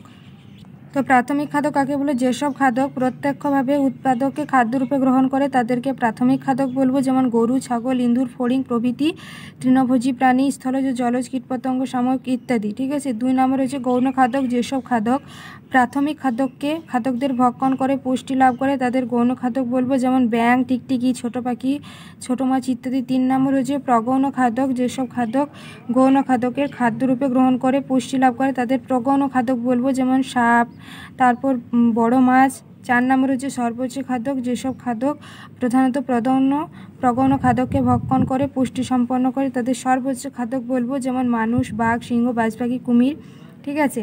তো এইগুলো ছিল খাদকের শ্রেণীবিভাগ। আর 2 নম্বর পয়েন্ট কি দেখলাম? পরবর্তীতে 2 প্রকার খাদক আর বিয়োজক। তো এগুলো ছিল খাদকের প্রকারভেদ। এরপর দেখব বিয়োজক, 2 নম্বর পয়েন্টটা। বিয়োজক কি? মৃতজীবী অণুবীক্ষণিক যেসব জীব উৎপাদক বা খাদকের মৃতদেহ যে প্রতিত্যক্ত দেহাংশ থেকে পুষ্টি সংগ্রহ করে বেঁচে থাকে তাদের বিয়োজক বলবো। যেসব বিয়োজক জীবদের জটিল যৌগে সরল যৌগে পরিণত করে বা পরিবেশে ফিরে যেতে সহায়তা করে তাদের রূপান্তরক বা ট্রান্সফরমার বলে। এই উপাদান পুনরায় উদ্ভিদ প্রকৃতি থেকে সংগ্রহ করে। ঠিক আছে। বিয়োজকদের রিডিউসারও বলা হয় কারণ মৃত জৈব বস্তু থেকে এরা সরল উপাদান মুক্ত করে, যেমন বিভিন্ন প্রকার ব্যাকটেরিয়া, ছত্রাক ইত্যাদি। তাহলে বিয়োজক কি? মৃতজীবী অণুবীক্ষণিক যেসব জীব উৎপাদক ও খাদকের মৃতদেহ বা পরিত্যক্ত দেহাংশ থেকে পুষ্টি সংগ্রহ করে বেঁচে থাকে, সেটা হচ্ছে বিয়োজক। ঠিক আছে। বিয়োজকদের কিন্তু রিডিউসারও বলা হয়। ঠিক আছে। মৃত জৈব বস্তু থেকে সরল উপাদান মুক্ত করে। ঠিক আছে। যেমন বিভিন্ন ব্যাকটেরিয়া, ছত্রাক। তো এরপর দেখো কি বলেছে? ডেট্রিভোর কাকে বলবো? যে প্রাণীরা শুকনো পাতা বা মৃত প্রাণীকে খাদ্যরূপে গ্রহণ করে তাদের ডেট্রিটিভোর বলবো, যেমন কেঁচো, উই। ঠিক আছে। মানে শুকনো পাতা এবং মৃত প্রাণীকে খাদ্যরূপে গ্রহণ করে, ঠিক আছে, তাদেরকে ডেট্রিটিভোর বলবো, যেমন কেঁচো, উই। দেওয়া রয়েছে উৎপাদক এবং খাদকের মধ্যে পার্থক্য। ঠিক আছে। এরা নিজেরাই খাদ্য প্রস্তুত করতে সক্ষম, তাই স্বভোজী। খাদকরা খাদ্য প্রস্তুত করতে অক্ষম। ঠিক আছে। উৎপাদকে বা অন্য খাদকের উপর নির্ভরশীল পরভোজী। দেখো, বাস্তুতন্ত্রের প্রথম পুষ্টি স্তরে উৎপাদক বা সবুজ উদ্ভিদের অবস্থান করে, আর খাদকের ক্ষেত্রে বাস্তুতন্ত্রের দ্বিতীয় থেকে সর্বোচ্চ পুষ্টি স্তরের বিভিন্ন শ্রেণীর খাদকরা অবস্থান করে। এটা দ্বিতীয় থেকে সর্বোচ্চ, আর উৎপাদক প্রথম পুষ্টি স্তরে। ঠিক আছে। এরপর দেখব উৎপাদক আর বিয়োজকের মধ্যে পার্থক্য। উৎপাদক খাদ্য প্রস্তুতে সক্ষম, প্রধানত সালোক সংশ্লেষ দ্বারা পুষ্টি লাভ করে অর্থাৎ স্বভোজী। আর বিয়োজকই খাদ্য প্রস্তুতে অক্ষম, মৃত জীব থেকে পুষ্টি সংগ্রহ করে, বিয়োজক। উৎপাদক সরল উৎপাদন থেকে জটিল খাদ্য উৎপন্ন করে, আর বিয়োজক জটিল খাদ্য ভেঙে সরল উপাদান পরিবেশে ফিরিয়ে দেয়। ঠিক আছে। উৎপাদক সরল উপাদান থেকে জটিল, আর বিয়োজক জটিল ভেঙে সরল উৎপাদনের পরিবেশে ফিরিয়ে দেয়। এরপর দেখো খাদক আর বিয়োজকের মধ্যে পার্থক্য। খাদক কি? এরা পুষ্টির জন্য উৎপাদক অথবা বলতে পারি অপর কোনো খাদকের উপর নির্ভরশীল, পরভোজী। আর বিয়োজক হচ্ছে এরা পুষ্টির জন্য মৃত জীবদের উপর নির্ভরশীল। ঠিক আছে। খাদক কি? খাদক এরা সাধারণত আকারে বড় এবং বহুকোষী জীব, আর বিয়োজক এরা সাধারণত আকারে ক্ষুদ্র, মূলত এককোষী জীব। এবার বাস্তুতন্ত্রের উদাহরণ, যেমন বাস্তুতন্ত্রের বিভিন্ন শর্ত বা উপাদানগুলি কীভাবে বাস্তুতন্ত্র গঠন করে তা একটি পুকুরের বাস্তুতন্ত্রের সাহায্যে বোঝানো রয়েছে। ঠিক আছে। এই যে এটা হচ্ছে একটা পুকুরের বাস্তুতন্ত্র, এটা হচ্ছে একটা আদর্শ বাস্তুতন্ত্রের এক্সাম্পল দেওয়া আছে। তো পুকুরের বাস্তুতন্ত্র স্থির জলের বাস্তুতন্ত্রের আদর্শ উদাহরণ। ঠিক আছে। দেখো, বাস্তুতন্ত্র গঠন করে বিভিন্ন উপাদানগুলি হলো, এ হচ্ছে অজীবী উপাদান, বি হচ্ছে জীবজ উপাদান। তো অজীবী উপাদান যেমন নির্দিষ্ট প্রকৃতির কাদামাটি, জল, জলে দ্রবীভূত অক্সিজেন, কার্বন ডাইঅক্সাইড প্রভৃতি গ্যাস, জল ও মাটিতে দ্রবীভূত বিভিন্ন খনিজ পদার্থ, সূর্যালোক, উষ্ণতা, জলের পিএইচ, ঠিক আছে, ইত্যাদি। এগুলো হচ্ছে অজীবীয় উপাদান। আর জীবজ উপাদান কি? যেমন হচ্ছে উৎপাদক, তারপর 2 হচ্ছে খাদক, 3 হচ্ছে বিয়োজক। ঠিক আছে। জীবজ উৎপাদন যেমন জলে ভাসমান বিভিন্ন রকম ক্ষুদ্র উদ্ভিদ ও ফাইটোপ্ল্যাঙ্কটন। তারপর 2 নম্বর হচ্ছে জলে ভাসমান উদ্ভিদ, যেমন হচ্ছে টোপাপোনা, তারপর গুড়িপোনা, কচুরিপানা। 3 নম্বর পয়েন্ট হচ্ছে জলে নিমজ্জিত উদ্ভিদ, যেমন হচ্ছে ঝাঁঝি, পাতাঝি, এবং অর্ধ নিমজ্জিত উদ্ভিদ হচ্ছে পদ্ম, শালুক। ঠিক আছে। তাহলে কি বলবো? তো জীবজ উৎপাদক যেটা ক্ষুদ্র উদ্ভিদকে আমরা বলবো ফাইটোপ্ল্যাঙ্কটন, মানে জলে বসবাসকারী ভাসমান যে ক্ষুদ্র উদ্ভিদ রয়েছে একদম, সেটা হচ্ছে ফাইটোপ্ল্যাঙ্কটন বলবো। তো ভাসমান উদ্ভিদকে টোপাপানা, গুড়িপোনা, ঠিক আছে, গুড়িপানা, তারপর কচুরিপানা। আর নিমজ্জিত উদ্ভিদকে ঝাঁঝি, পাতাঝি। আর অর্ধ নিমজ্জিত উদ্ভিদকে বলবো পদ্ম, শালুক। এরপর রয়েছে খাদক। খাদক কি? দেখো 1 নম্বর পয়েন্টে প্রাথমিক খাদক। জলে ভাসমান বিভিন্ন ধরনের ক্ষুদ্র প্রাণী বা জুমপ্লাঙ্কটন যথা mayfly, dragonfly, cyclops, daphnia ইত্যাদি জলসন্ধিপতি প্রাণী ও তাদের লার্ভা। তারপর গৌণ খাদ্য কি পুঁটি, তেজোকা ইত্যাদি ছোট মাছ, ব্যাঙ, শামুক ইত্যাদি। তারপর প্রগৌণ খাদ্য কি বোয়াল, ভেটকি প্রভৃতি বড় মাছ, জল সাপ প্রভৃতি। সর্বোচ্চ খাদ্য কি যেমন বক, মাছরাঙা প্রভৃতি। ঠিক আছে, এগুলো হচ্ছে খাদকের মধ্যে পড়ছে। প্রাথমিক খাদক জলে ভাসমান বিভিন্ন ধরনের ক্ষুদ্র প্রাণীকে আমরা জুপ্লাঙ্কটন বলবো। যেমন ক্ষুদ্র উদ্ভিদকে ফাইটোপ্লাঙ্কটন বলছি জলের মধ্যে, সেরকম জলে বসবাসকারী ক্ষুদ্র প্রাণীকে জুপ্লাঙ্কটন। তো ক্ষুদ্র প্রাণী zooplankton mayfly, dragonfly, cyclops, daphnia এগুলো হচ্ছে জলসন্ধিপতি প্রাণী এবং তাদের লার্ভা। ঠিক আছে, গৌণ খাদক কি পুঁটি, তেজোকা ইত্যাদি ছোট মাছ, ব্যাঙ, শামুক এগুলো গৌণ খাদক। প্রগৌণ বোয়াল, ভেটকি বড় মাছ। তারপর বলতে পারি জলসাপ। সর্বোচ্চ খাদক হচ্ছে বক, মাছরাঙা। এরপর হচ্ছে 3 নম্বর পয়েন্টে বিয়োজক। বিয়োজক কি জল ও পাকে অবস্থিত মৃত্যজীবী যেমন বিভিন্ন ধরনের ব্যাকটেরিয়া ও ছত্রাক এই উপাদানগুলির সমন্বয়ে গঠিত বাস্তুতন্ত্র পরবর্তী অংশে ব্যাখ্যা করা হয়েছে। দেখো বাস্তুতন্ত্রের গঠন। পূর্বে উল্লেখিত সবুজ উদ্ভিদগুলি অজৈব উপাদান সংগ্রহ করে এবং সালোক সংশ্লেষ পদ্ধতিতে খাদ্য প্রস্তুত করে। বিভিন্ন রকম প্রাথমিক খাদকেরা যেমন বিভিন্ন ধরনের জুপ্ল্যাঙ্কটন উৎপাদকে খাদ্য হিসেবে গ্রহণ করে। গৌণ খাদক অর্থাৎ ছোট মাছ, ব্যাঙ ইত্যাদি প্রাথমিক খাদকদের ভক্ষণ করে। এরপর প্রগৌণ খাদক অর্থাৎ বিভিন্ন রকম বড় মাছ গৌণ খাদককে খায়। শেষে সর্বোচ্চ খাদক যেমন বক প্রগৌণ খাদকদের ভক্ষণ করে। সমস্ত জলজ উদ্ভিদ ও প্রাণীরা মৃত্যুর পর বিভিন্ন প্রকার ব্যাকটেরিয়া, ছত্রাক প্রভৃতি বিয়োজক মৃত জৈব বস্তু থেকে পুষ্টি উপাদান সংগ্রহ করে। এর ফলে জটিল জৈব বস্তু ভেঙে সরল অজৈব পদার্থ পরিণত হয়। এইসব অজৈব পদার্থ পুনরায় উৎপাদক দ্বারা খাদ্য উপাদানে ব্যবহৃত হয়। এইভাবে জলজ বাস্তুতন্ত্রের ভারসাম্য বজায় থাকে। এরপর রয়েছে বাস্তুতন্ত্রের কার্যগত বৈশিষ্ট্য। ঠিক আছে, বাস্তুতন্ত্রের কার্যগত বৈশিষ্ট্য আমরা 4টি স্তরে ভাগ করতে পারি। একটা হচ্ছে খাদ্য শৃঙ্খল, খাদ্য জাল আর শক্তি প্রবাহ, পরিপোষক চক্র। এটা হচ্ছে বাস্তুতন্ত্রের কার্যগত বৈশিষ্ট্য। তো প্রথমে দেখো কি দেখবো খাদ্য শৃঙ্খল, ফুড চেইন। বাস্তুতন্ত্রে কেবল সবুজ উদ্ভিদ উৎপাদকেরাই সৌরশক্তির খাদ্য মধ্যস্থৈতিক শক্তিরূপে আবদ্ধ থাকতে পারে। তৃণভোজী প্রাথমিক খাদ্যেরা সবুজ উদ্ভিদকে খাদ্য হিসেবে গ্রহণ করে। প্রাথমিক খাদকেরা গৌণ খাদক এবং খাদ্য হিসেবে গ্রহণ করে। গৌণ খাদক প্রগৌণ খাদকেরা ও তাদের আবার সর্বোচ্চ খাদকেরা খেয়ে বেঁচে থাকে। ঠিক আছে, আবার সর্বোচ্চ খাদকেরা খেয়ে বেঁচে থাকে। তো এইভাবে খাদ্য শক্তি ক্রমান্বয়ে উৎপাদক থেকে সর্বোচ্চ খাদক পর্যন্ত প্রবাহিত হয়ে বাস্তুতন্ত্রকে শৃঙ্খলিত করে এবং খাদ্য শৃঙ্খল গঠন করে। তো এটা হচ্ছে একটা খাদ্য শৃঙ্খল গঠন। তো প্রাথমিক যে রয়েছে প্রথমটা হচ্ছে উৎপাদক। ঠিক আছে, ছোট সবুজ উদ্ভিদ মানে নিজের খাদ্য নিজেরাই তৈরি করে এবং নিজের খাদ্য নিজে যোগান দেয়। তারপর প্রাথমিক খাদক এটা। তারপর রয়েছে প্রাথমিক খাদক যেমন শুঁয়াপোকা। ঠিক আছে, তারপর গৌণ খাদক ব্যাঙ, প্রগৌণ খাদক সাপ, সর্বোচ্চ খাদক পেঁচা। তো এইগুলো কিন্তু খাদ্য শৃঙ্খল। ঠিক আছে, তো এখানে খাদ্য শৃঙ্খলের সংজ্ঞা দিয়েছে কোনো নির্দিষ্ট বাস্তুতন্ত্রের উৎপাদক থেকে ক্রমপর্যায়ে খাদক সম্পর্কযুক্ত বিভিন্ন জীবগোষ্ঠীর মধ্যে খাদ্য শক্তির প্রবাহের শৃঙ্খলিত ধারাকে আমরা খাদ্য শৃঙ্খল বলবো। কোনো নির্দিষ্ট বাস্তুতন্ত্রে উৎপাদক থেকে ক্রমপর্যায়ে খাদক সম্পর্কযুক্ত বিভিন্ন জীবগোষ্ঠীর মধ্যে খাদ্য শক্তি প্রবাহের শৃঙ্খলিত ধারাকে খাদ্য শৃঙ্খল বলবো। খাদ্য শৃঙ্খলের প্রকারভেদ আমরা 3 প্রকার দেখব। ঠিক আছে, খাদ্য শৃঙ্খল প্রকারভেদ 3 প্রকার।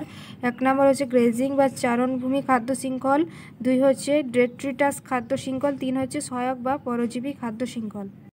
পয়েন্টে গ্রেজিং বা চারণভূমি খাদ্য শৃঙ্খল কি? এই প্রকার খাদ্য শৃঙ্খলে খাদ্য শক্তি সবুজ উদ্ভিদ থেকে শুরু করে তৃণভোজী প্রাণী দিয়ে বিস্তৃত হয় ও মাংসাশী প্রাণীতে প্রবাহিত হয়।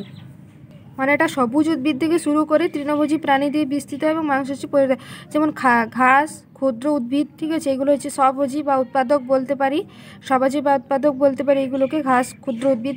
তার থেকে ফড়িংটা হচ্ছে কি তৃণভোজী। ঠিক আছে, তারপর ব্যাঙ যেটা আমরা বলতে পারি সেটা হচ্ছে গৌণ খাদক। ঠিক আছে, তারপর হচ্ছে সাপ, ময়ূর। মানে সাপ হচ্ছে প্রগৌণ খাদক, ময়ূর হচ্ছে সর্বোচ্চ খাদক। তো এটা হচ্ছে গ্রেজিং বা চারণভূমি খাদ্য শৃঙ্খল।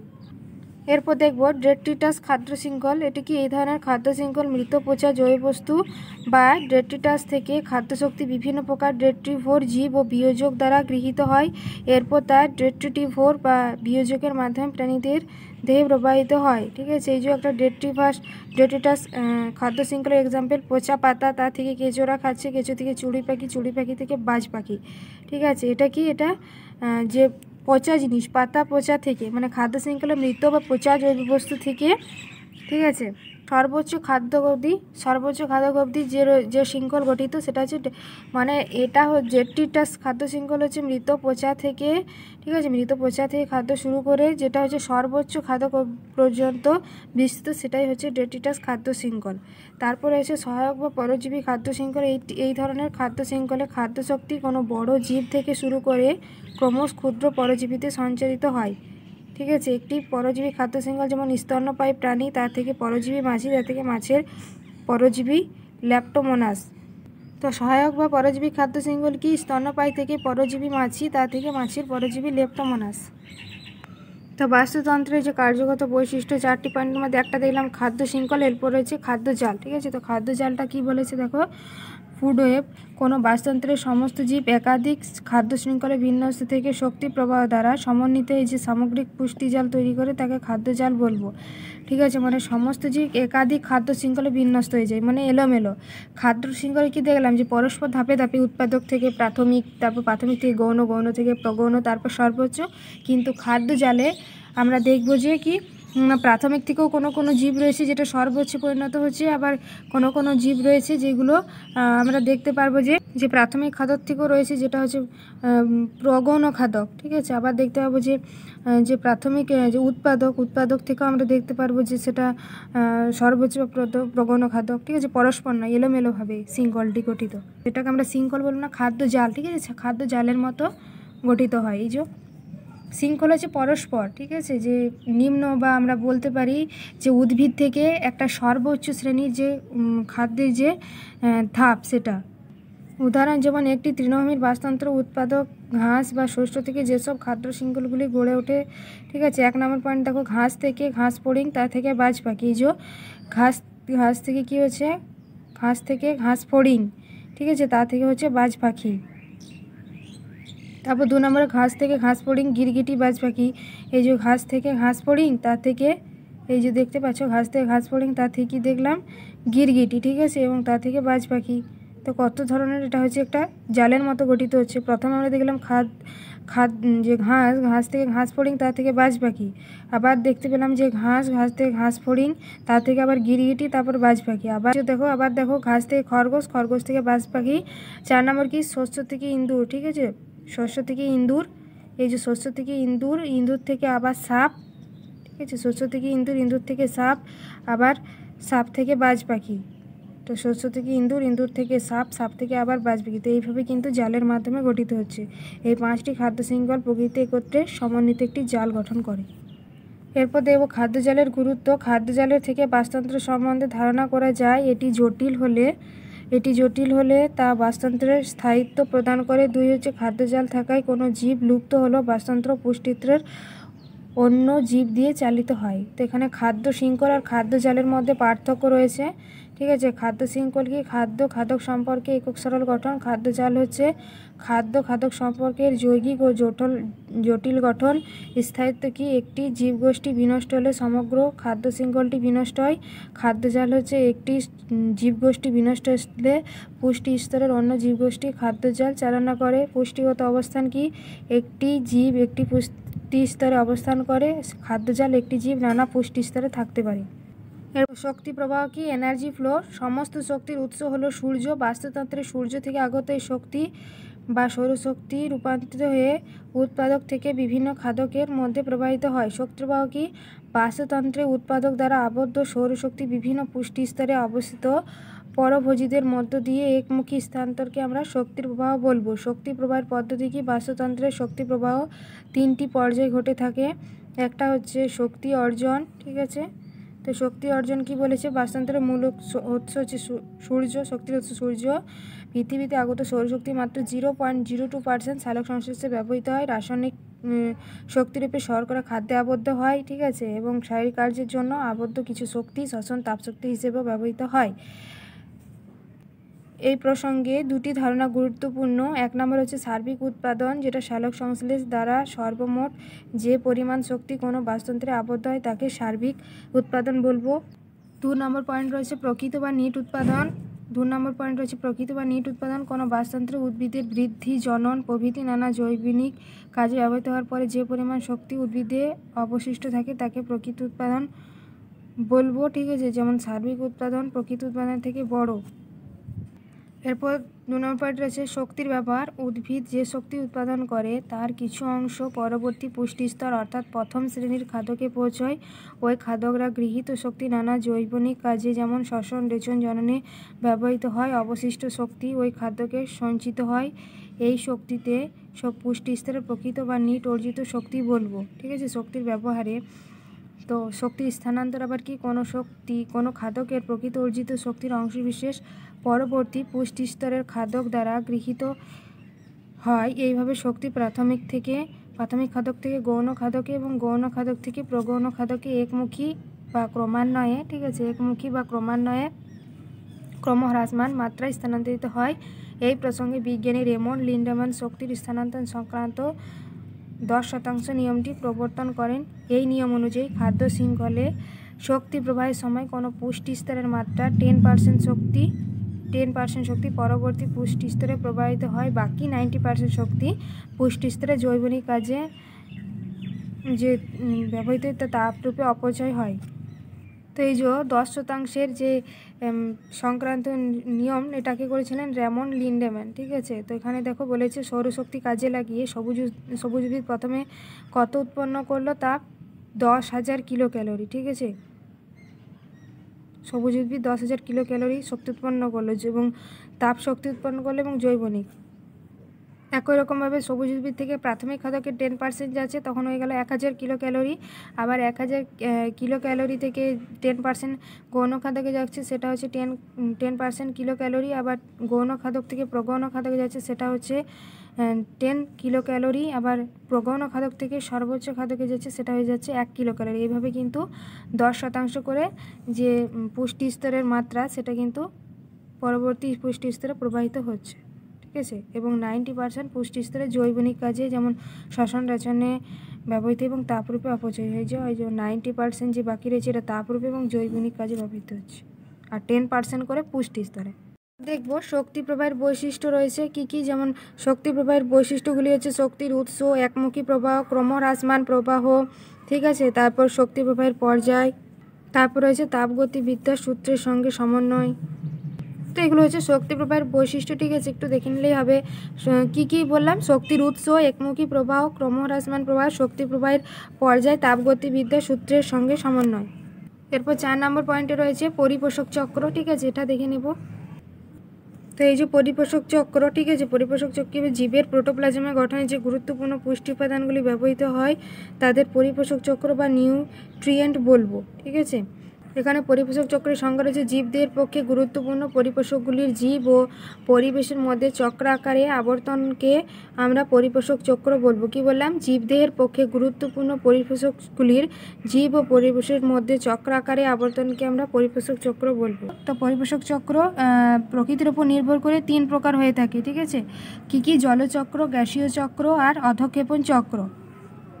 যে 3টে পরিপোষক চক্র রয়েছে, জলচক্র, গ্যাসীয় চক্র আর অধঃক্ষেপণ চক্র, এই 3টের মধ্যে দেখো গ্যাসীয় চক্র সম্পর্কে দেওয়া আছে। গ্যাসীয় চক্র কি কি, যেমন হচ্ছে অক্সিজেন চক্র, কার্বন চক্র, নাইট্রোজেন চক্র। ঠিক আছে, তো দেখো যেমন হচ্ছে অক্সিজেন চক্রতে কি বলেছে, দহন, শ্বসন প্রভৃতি প্রক্রিয়ার মাধ্যমে পরিবেশ থেকে অক্সিজেন অপসারিত হচ্ছে, আবার ওজোন গ্যাস বিশ্লিষ্ট হয়ে অক্সিজেন পরিবেশে ফিরে আসে।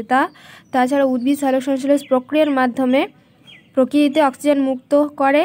ঠিক আছে, এটাই হচ্ছে অক্সিজেন চক্রের যে এক্সাম্পল সেটা। ঠিক আছে, তো কি, দহন, শ্বসন প্রভৃতি প্রক্রিয়ার মাধ্যমে পরিবেশ থেকে অক্সিজেন অপসারিত হচ্ছে।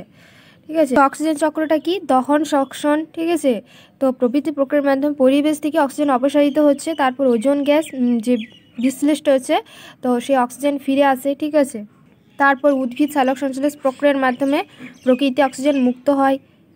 তো এটা হচ্ছে অক্সিজেন চক্রের এক্সাম্পল। তারপর কার্বন চক্র কি, কার্বন চক্র হচ্ছে সালোক সংশ্লেষের চুনাপাথরের শোষণে পরিবেশ থেকে কার্বন ডাইঅক্সাইড অপসারিত হচ্ছে। তো কি, সালোক সংশ্লেষে চুনাপাথরের শোষণে পরিবেশ থেকে কার্বন ডাইঅক্সাইড অপসারিত হয়।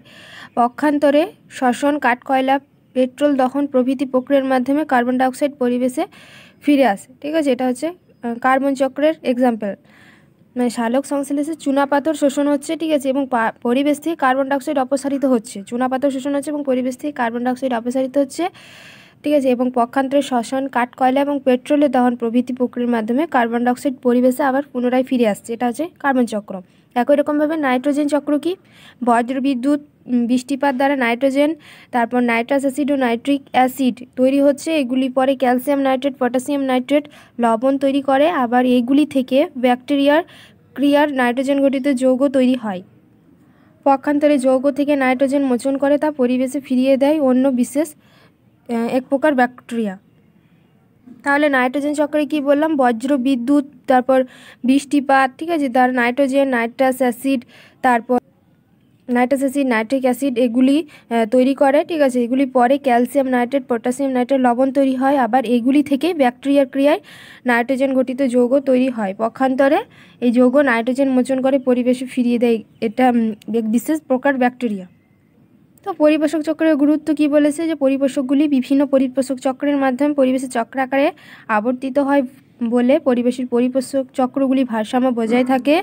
পরিপোষক চক্রগুলি প্রকৃতিতে ফিরে আসে বলে সেগুলি আর উৎপাদক ব্যবহার করতে হয়, ঠিক আছে, সেগুলি আবার উৎপাদক ব্যবহার করতে হয়।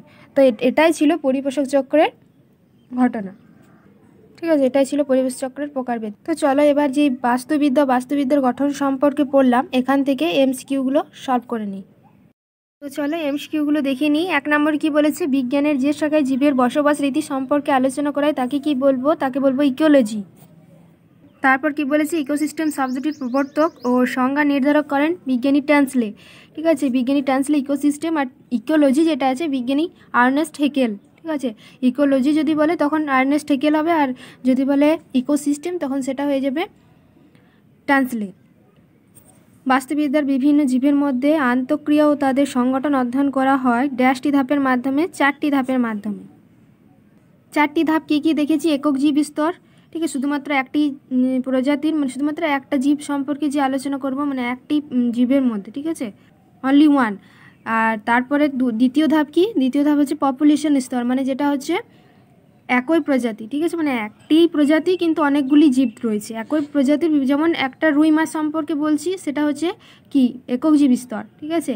এবং পপুলেশন কি হয়ে যাবে, সেটা রুই মাছ অনেকগুলি রুই মাছ থাকবে কিন্তু প্রজাতিটা একটাই, রুই মাছের প্রজাতি একটাই কিন্তু অনেকগুলি থাকছে, সেটা পপুলেশন স্তর। আর তারপরে তৃতীয় ধাপ হচ্ছে কি কমিউনিটি স্তর। কমিউনিটি স্তর কি, যেটা হচ্ছে বিভিন্ন প্রজাতি রয়েছে, একটা বাস্তুতন্ত্রের মধ্যে বিভিন্ন প্রজাতি রয়েছে, ঠিক আছে, মানে যখন জলের মধ্যে যে রুই মাছের প্রজাতি ছাড়া বিভিন্ন ধরনের প্রজাতি রয়েছে, যেমন শামুক, ঝিনুক, ঠিক আছে, এবং আরও নানান প্রকার যে মাছের প্রকারভেদ সেগুলো রয়েছে, সেটা হচ্ছে কি, সেটা হচ্ছে কমিউনিটি, বা আমরা বলতে পারি সম্প্রদায়।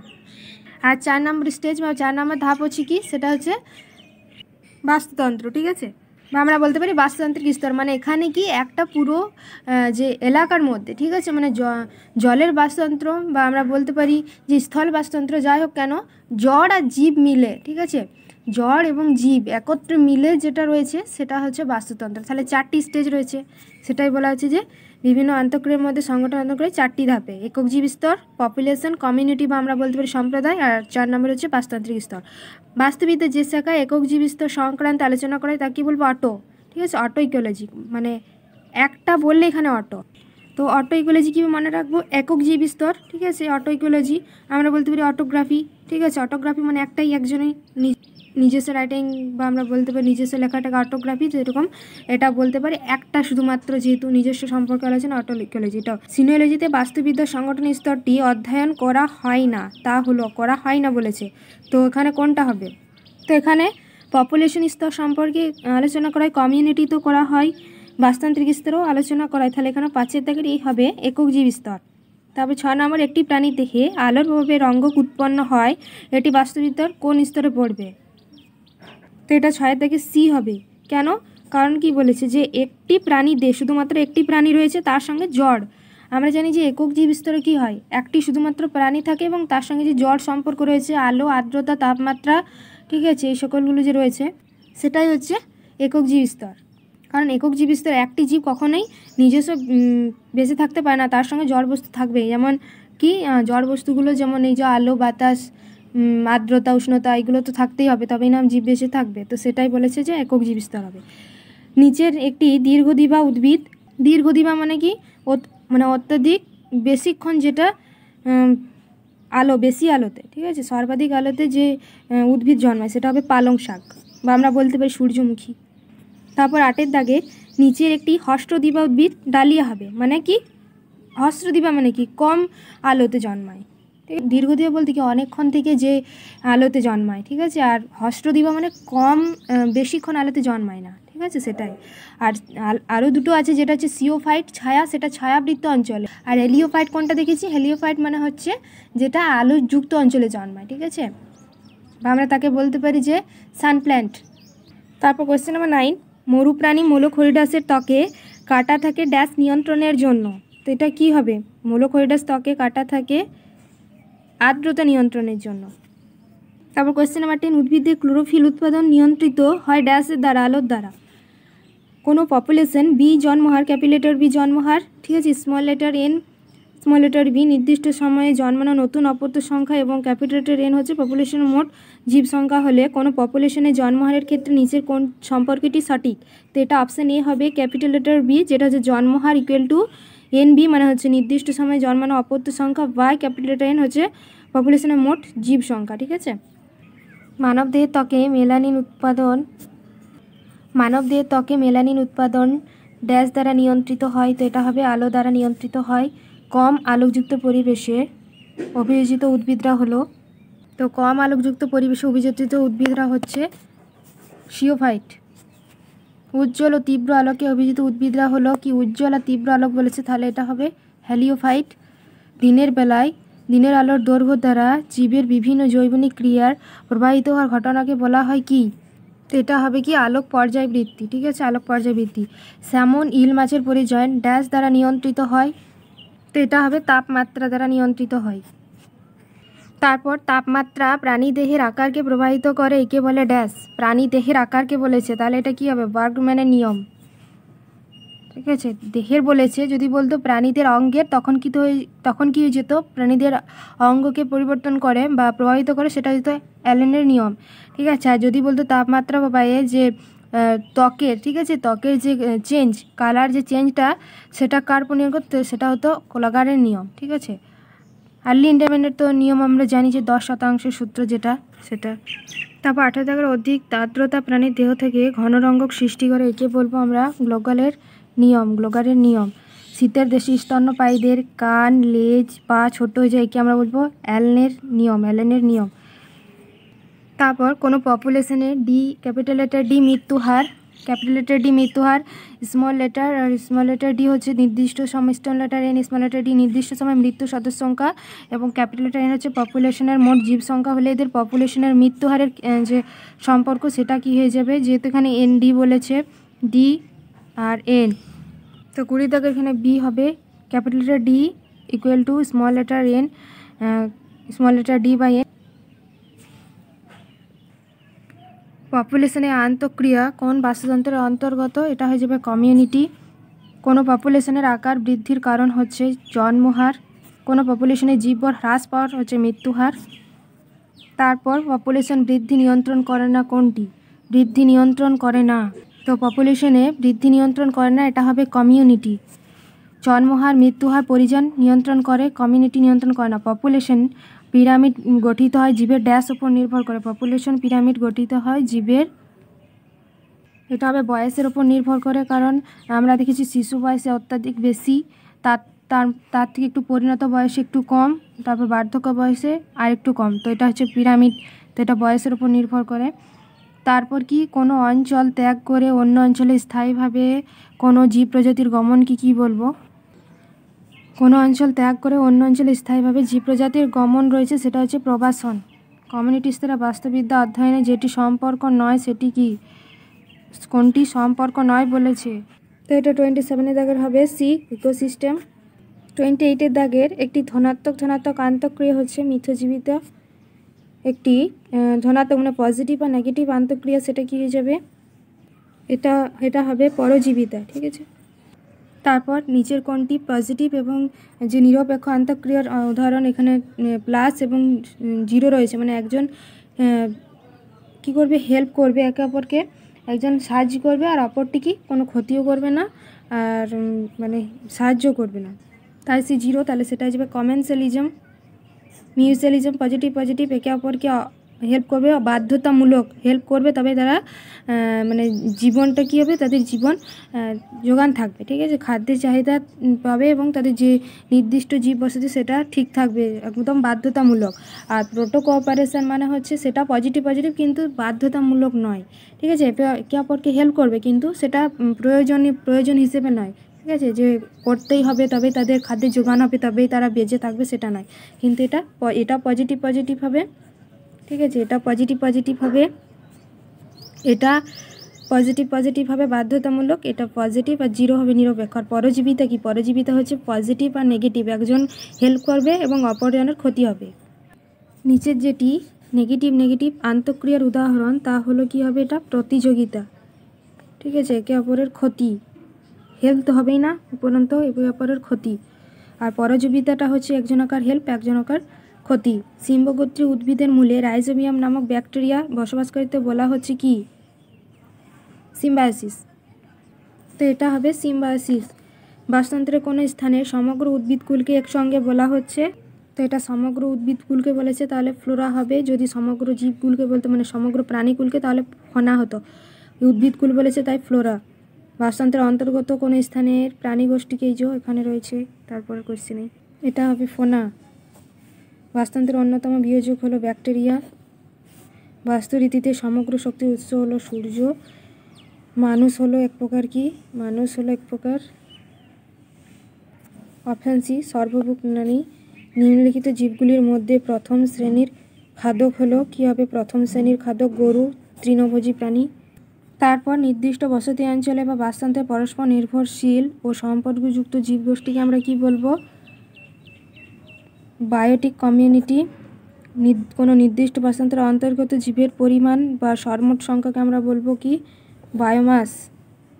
বাস্তুতন্ত্রের অন্তর্গত জীবগোষ্ঠীতে কোনো জীবের অবস্থান ও ভূমিকাকে বলবো ইকোলজিক্যাল নিচ। তারপর বাস্তুরীতিতে শক্তির প্রবাহ সর্বদা একমুখী। খাদ্য শৃঙ্খলে সাধারণত খাদ্য স্তরের সংখ্যা কি, এটা হবে 3 থেকে 5-এর মধ্যে থাকে। বাস্তুতন্ত্রের বিভিন্ন পুষ্টি স্তরের সামগ্রিক গঠনকে পর্যায়ক্রমে সাজালে যে শিকড় গঠিত হয় সেটি হলো, তো এটা হবে 44-এর দাগে সি। বাস্তুতন্ত্রের পুষ্টিস্তরের পর্যায়ক্রমে সাজানো হয়েছে। তারপর বাস্তুতন্ত্রের প্রথম শ্রেণীর খাদকেরা কী হবে, প্রথম শ্রেণীর বলেছে, তো এটা হবে সাকাসি। নিচের কোনটি অজীবীয় শর্ত, তো এটা হবে অপশন এ মাটি। যেসব প্রাণী জলে স্বাধীনভাবে সাঁতার কেটে ঘুরে বেড়ায় তাদেরকে আমরা বলবো নেকটন।